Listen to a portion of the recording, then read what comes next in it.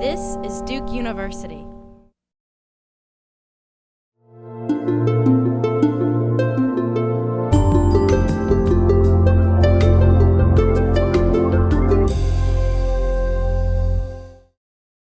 Jonathan's been a very courageous voice in the media. Of course, Jonathan has a long career as a journalist, but it's really from the moment after the earthquake that those of us around in Haiti circles began to understand that he might be the one in the end to be able to tell this story. This was a story that when the earthquake happened, I think many people thought, in a sense, couldn't be told, maybe shouldn't be told, the kind of the magnitude of the catastrophe. How does one even write about it?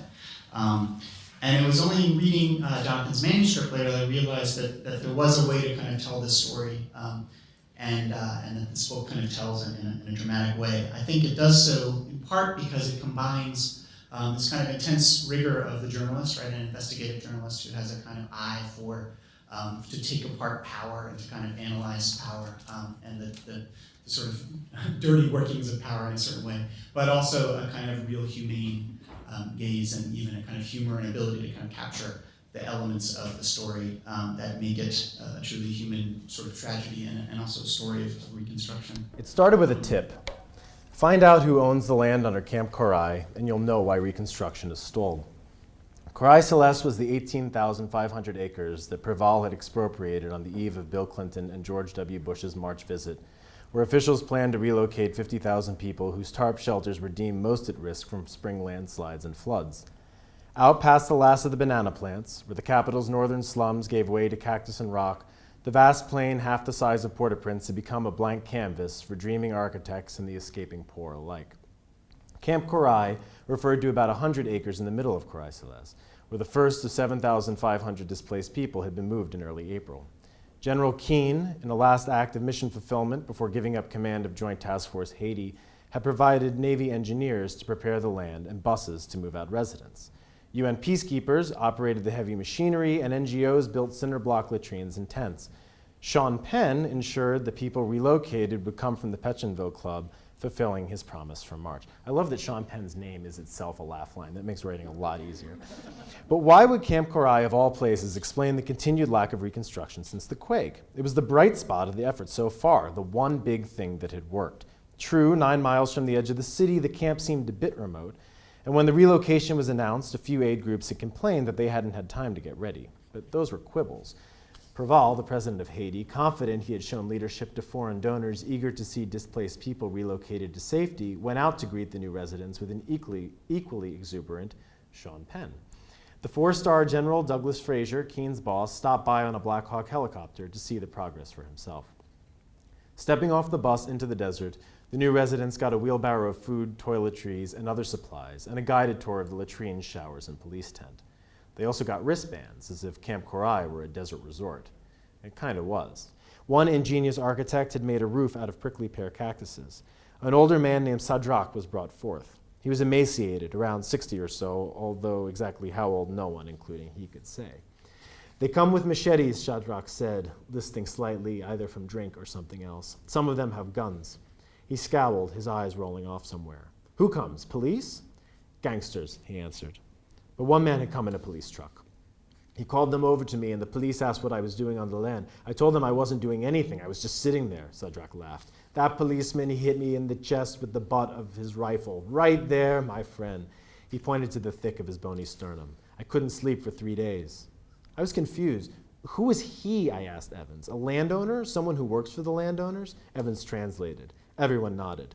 The gangs work for the Grand Homme, one man expounded, using the colonial word for plantation masters. It seemed everyone had had a run-in with these men. Shacks torn down, people kicked. A mother of 4 had been thrown out of her tent by men with machetes. She was 9 months pregnant. For days, she hid in an abandoned stone house where she gave birth alone on the floor. Yet the squatters, caught in the middle between Preval's designs and landowners' retaliations, were convinced they had more to gain from staying on the boomtown land than from going back to the city's rubble. I think all kinds of things are going to come here. Schools, hospitals, stores, one said. Evans nodded knowingly. I didn't want to confront Brunn until I had more solid information, but weeks of searching turned up only more confusion. The land didn't seem to belong to Brunn per se, but rather to the company of which he was president and chief executive, Nabatech S.A. The firm, a consortium of some of Haiti's most powerful families, developed property, shopping centers, neighborhoods, and especially industrial parks, which in Haiti tended to mean garment factories. But would a company of Nabatech's size and influence, its unreported revenues were assumed to be among the highest in the country, really risk getting accused of corruption over a few $1 million in Reconstruction money? I asked Evans what he thought. He shrugged. Now, investigations often come down to figuring out who you need to talk to, how to reach them, and what to ask. For a while, it seemed like the best person to talk to would be Abby Brunn. But though few foreign reporters spent time chasing mid-level Haitian consultants, he avoided me like a starlet fending off a paparazzo. Once, about a month after the quake, I'd caught him coming out of the president's temporary office at the airport police station and tried to ask how the land negotiations were going. He used his car door like a shield to push me back and told me that until he had $40 million, significantly more than the $7 million that I was later told was in the compensation fund, to secure land rights to all the prospective properties the government was looking at, he had nothing to discuss. After that, he never returned my calls. I realized I needed someone who knew both Brunn and Preval. So 2 days after Evans lost his rear window, I went for a beer with Leslie Voltaire, a confidant of both. As Bill Clinton shifted from his role as UN Special Envoy for Haiti into the job of IHRC co-chair, Voltaire had moved from being Clinton's liaison to a position closer to his architect's heart, designing a master plan for reconstruction. We sat down at a table at the Kinam Hotel in Pétionville, a gingerbread building with an open courtyard. The Place Saint-Pierre internally displaced persons camp, which had some of the city's worst sanitation, was across the street. When the wind shifted, the smell wafted into the room. Voltaire was short, with a small, half-bald head. Because of his almond-shaped eyes, light brown skin, and thin mustache, many Haitians jokingly called him Chinese.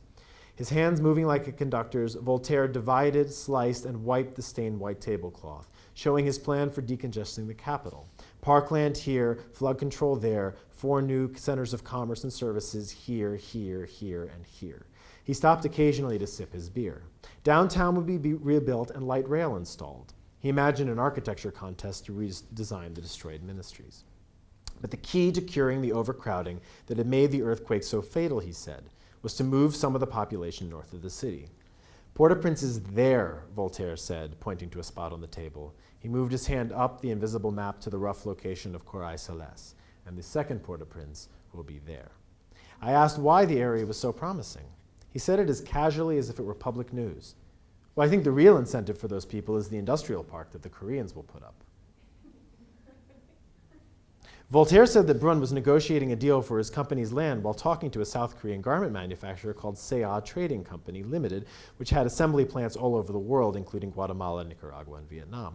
And suddenly it made sense. Of course Brunn wanted the government to put the camp out there. A few million in compensation would be chicken feed if he could promise Sea a ready-made workers' community on site. Brunn knew Preval would be eager to move resources to the northern land too, Voltaire said. The president had eyed it as a target for resettlement for years. Meanwhile, Preval must have known that Brunn would be so eager for the real payoff, the investment, that he had been willing to overlook the compensation, at least at first, confident something larger would eventually come through. The rest of the earthquake survivors were caught in the middle. Voltaire could tell that this wasn't sitting right with me. It's difficult for an outsider to understand, he admitted. Yes, it was, I replied. Voltaire knew as well as I did that the donors were just waiting for an example of corruption like this to argue against giving the government money. The architect leaned in toward me. I told Abby also, because Abby is my friend, you're going to be in trouble.